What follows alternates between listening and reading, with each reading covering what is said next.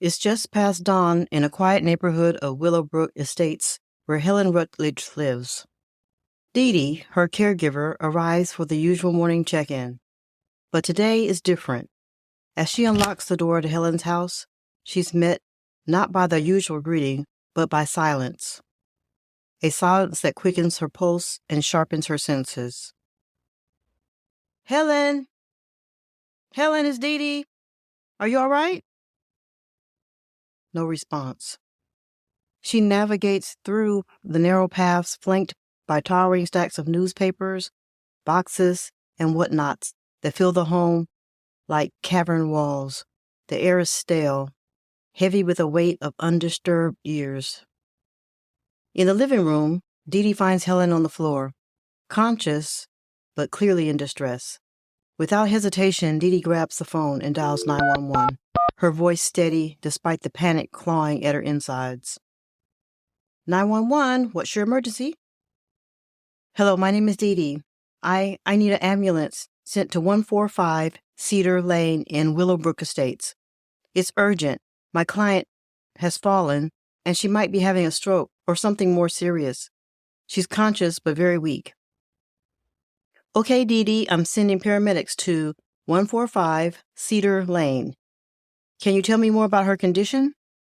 How old is she and the symptoms she is showing? She's 82. Her name is Helen Rutledge. She's very pale, sweating, and her speech is a bit slurred. She was on the floor when I found her. I've got her sitting up now, but she's not well. Okay, you're doing great, Dee Dee. Is she breathing normally? Yes, she's breathing, but it looks labored. I'm really worried. Please hurry. They're on their way.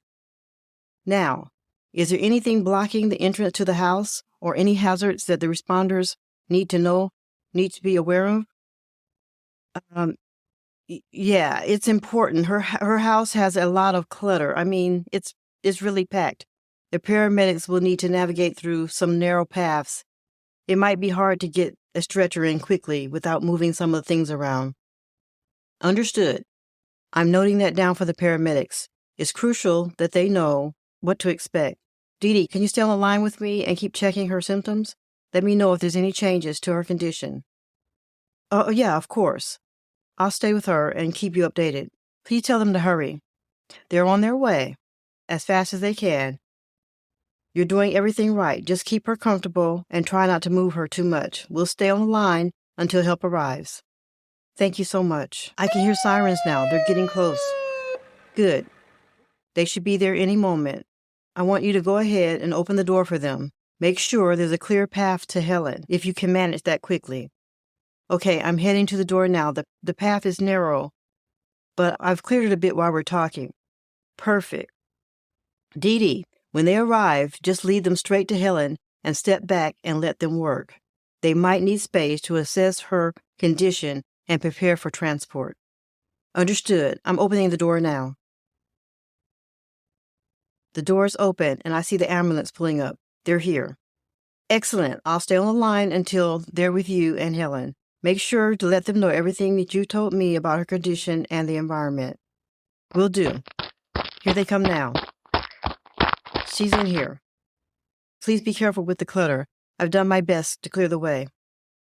Thank you, ma'am. We'll take it from here. Dee Dee, it sounds like they've got her now. You did a great job. We'll take it from here. You can hang up the phone and talk directly with the paramedics. Thank you so much for your help. Goodbye. You're welcome. Goodbye, Dee Dee.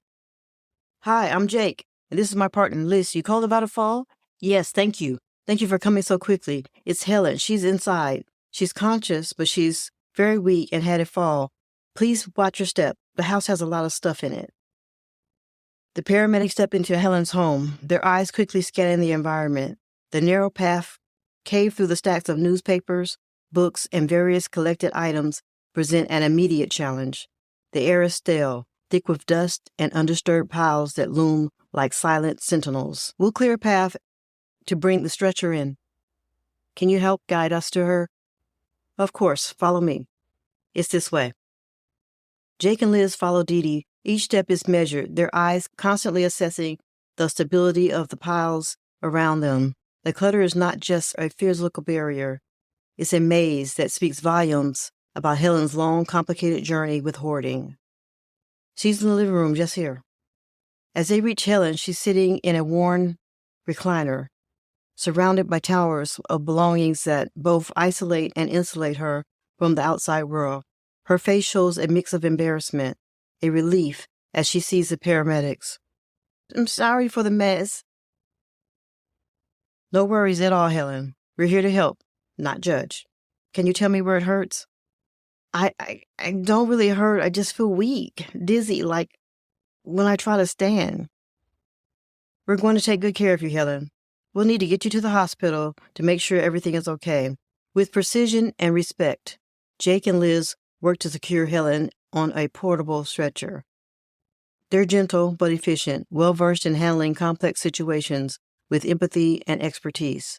The path back through the house is slow as they carefully navigate Helen out of her sheltered world into a waiting ambulance. As the ambulance doors close behind Helen and the paramedics, the cluttered home remains silent, a stark reminder of the life Helen has lived and the challenges she continues to face. Let's pause and explore the world Helen has constructed within her home, a world defined by hoarding.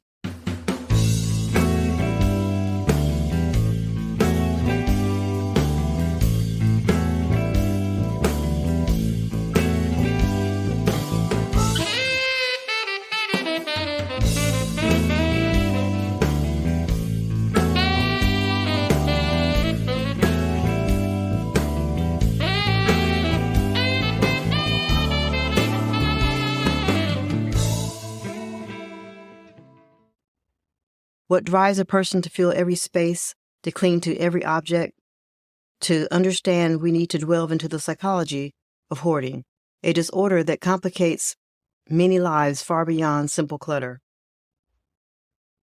Hoarding disorder is characterized by an individual's persistent difficulty discarding or parting with possessions regardless of their actual value.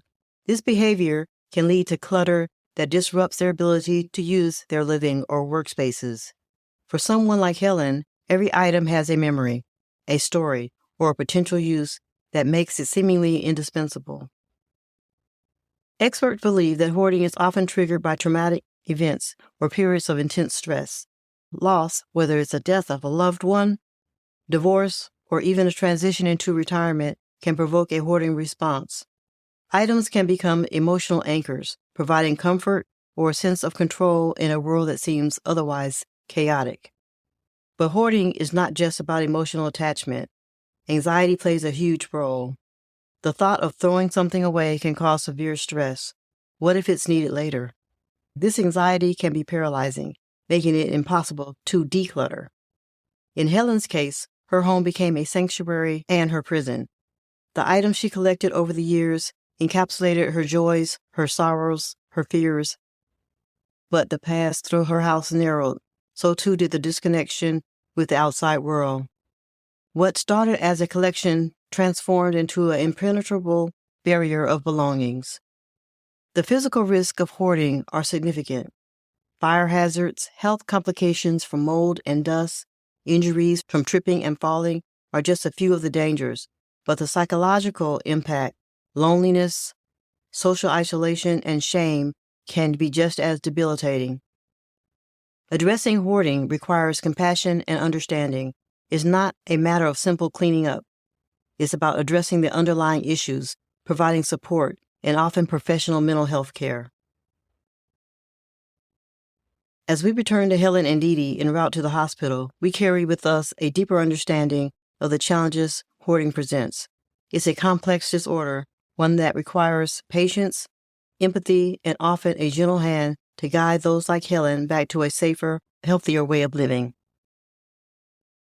Back in the present, in the emergency room, doctors work to stabilize Helen. Meanwhile, Dee Dee speaks with social workers about the condition at Helen's home. It's a difficult conversation, one that touches on delicate issues of autonomy, mental health, and safety. Dr. Martinez approaches Dee Dee with a clipboard. Are you the one that came in with Helen Rutledge? Yes, I'm Dee Dee. I'm her caregiver. How is she doing, doctor?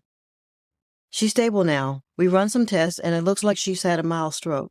We're keeping her for observation, but thankfully, we got her here quickly. We're starting her on medication to manage her symptoms and prevent further incidents. So that's a relief to hear. Will there be any long-term effects?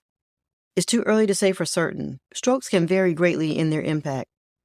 We'll know more once we've had a full neurological evaluation. Given her age and this event, we'll need to discuss her living conditions, specifically the hoarding situation that the paramedics mentioned to me. It's imperative for her safety that her living environment is addressed. I understand. I've been trying to help with that. I'll do whatever I can to assist in her recovery and make her home safer. That's good to hear. We'll have our social work team speak with you about resources and support services available. It's important that she have a safe environment to return to. Thank you, Dr. Martinez. I'll be here to help coordinate everything. Dee Dee calls Helen's son, Robert. Hello, Robert. This is Dee Dee, your mother's caregiver. Hi, Dee Dee. I heard from the hospital. How's Mom doing now? She's stable now, thankfully. It was a mild stroke, but she's receiving excellent care. The doctors are optimistic about her treatment plan. Whew, that's a relief. I feel so helpless being so far away. What can I do to prevent this from happening again? The doctors mentioned that you need to address the hoarding in her home. It's not just a hazard, but could be contributing to her overall stress. I've started clearing a path, but we need a more sustainable solution. Yes, I've been worried about that for years. I'm going to look into a professional cleaning services and maybe some ongoing support. Can you coordinate that from your end? Absolutely. I can start researching and get things organized here. We might also need to consider some modifications to her home to make it safer for her when she returns. Thank you, Dee Dee. I can't tell you how much I appreciate this. Let's stay in touch. I'll book a flight and come out as soon as I can. Of course, Robert. I'll keep you updated every step of the way. Your mom is in good hands. Talk soon. Talk soon, Dee Dee, and thanks again. To understand Robert Rutledge, we must journey back to his formative years in New Jersey, a state he would eventually leave behind for sunnier skies of California. Born the only child of Helen and George Rutledge, Robert's early life was marked by high expectations and a critical eye of his mother, Helen. From a young age, Robert was acutely aware of his mother's expectations. Helen, a woman of strong opinions and even stronger will, often expressed her views on the right way to live. She envisioned a life for Robert close to home, steeped in traditions and community of their New Jersey roots. However, Robert's aspirations lay elsewhere. As a teenager, Robert displayed a keen interest in technology and innovation, fields that were rapidly evolving. His curiosity was often met with skepticism by Helen, who preferred stability over what she considered risky ventures. Despite this, Robert's passion only grew, leading him to pursue a scholarship at a prominent university in California, much to Helen's dismay. College in California was more than an education for Robert. It was liberation. The vibrant tech scene and the progressive culture were in stark contrast to his conservative upbringing. Here, Robert thrived, his ideas and ambitions nurtured by mentors and peers alike. After graduation, the decision to stay in California and start his own tech company was met with cold silence from Helen. She viewed his decision as a personal affront, a rejection of the life she had envisioned for him. Despite the physical and emotional distance, Robert made efforts to bridge the gap, calling Helen regularly, attempting to explain his work and his life. Yet, these conversations often ended in disagreements and misunderstandings, with Helen critiquing his lifestyle choices. From his career to his delay in starting a family, aspects of his life that didn't meet her traditional expectations. The years added layers of disconnect, especially when Robert's father passed away, with each call less frequent than the last. Robert's visits home became yearly obligations rather than joyful reunions, often strained and uncomfortable. The birth of his daughter brought a brief thaw in relations, as Helen adored her granddaughter, but the fundamental differences remained. Now, as Helen faces challenges compounded with her hoarding, Robert finds himself once again trying to bridge the miles and the differences to support his mother, who never quite understood his choices. It's a journey fraught with old wounds and new responsibilities, a path that Robert navigates with the hope that perhaps, this time, things might be different. Join us next time on Cluttered. As we follow Helen's journey through recovery and renewal, we explore how community learns to address hoarding with compassion and how a caregiver's resilience can change a life. I'm Beverly Nance, reminding you that behind every door, there's a story waiting to be understood, and every step forward is a step toward healing. As we unravel the compelling narratives on Cluttered, we are reminded by the profound emotional demands placed on caregivers. It's essential to remember that taking care of yourself is just as important as taking care of others. That's why we have created the Take Care Time Respite Box. Delivered bi-monthly, each Take Care Time Respite Box is filled with items to nourish your body and soul. Enjoy soothing teas that calm the mind, aromatic candles that set a tranquil atmosphere, luxurious skincare products to pamper yourself, and inspirational books that offer wisdom and comfort. Subscribe today and give yourself the gift of relaxation and rejuvenation. Because when you're recharged, you're more effective, more present, and more capable of handling the challenges of caregiving. The Take Care Time Respite Box, because you deserve to take care too. Visit takecaretime.com to order yours today. Please note that this episode features reenactments and dramatized details. While in most cases the exact verbatim dialogue may not be known, all dramatizations are grounded in research. To respect the privacy and confidentiality of individuals involved, names and some identifying details have been changed. Till next week, take care.